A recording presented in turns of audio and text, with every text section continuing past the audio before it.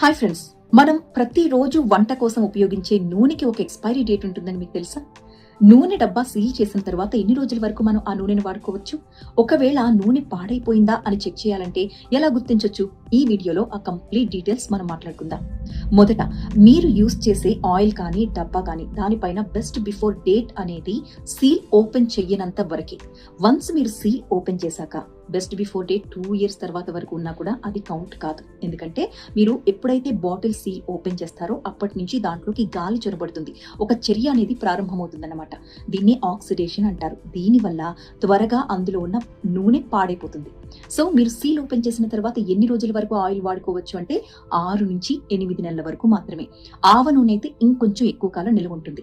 ఇక్కడ చాలా మంది చేసే మిస్టేక్ ఏంటంటే 5 లీటర్స్ 10 లీటర్స్ క్యాన్లు డబ్బాలు తెచ్చి ఇంట్లో పెట్టుకుంటారు. వారానికి ఒకసారి మన కిచెన్ గట్టు మీద మనం పెట్టుకున్న డబ్బాలో ఆ నూనెని పూస్తూ ఉంటారనమాట.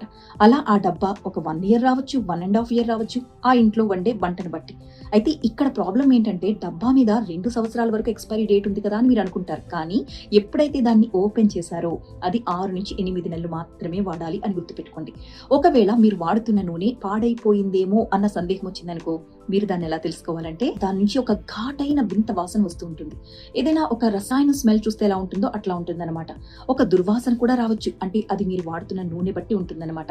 ఇలా ఒక వింతైన వాసన మీరు చూస్తే అది ఖచ్చితంగా పాడైపోయిందని అర్థం. అంతేకాకుండా నూనె థిక్నెస్ పెరిగిపోవడం, బాగా జిగటగా అనిపించినా కూడా నూనె పాడైంది అని అర్థం. అంతేకాకుండా కొన్ని సందర్భాల్లో కొన్ని నూనెలు ఏమవుతాయంటే అవి ఉండాల్సిన రంగు కంటే కూడా డార్క్ టోన్ లోకి వచ్చేస్తాయి.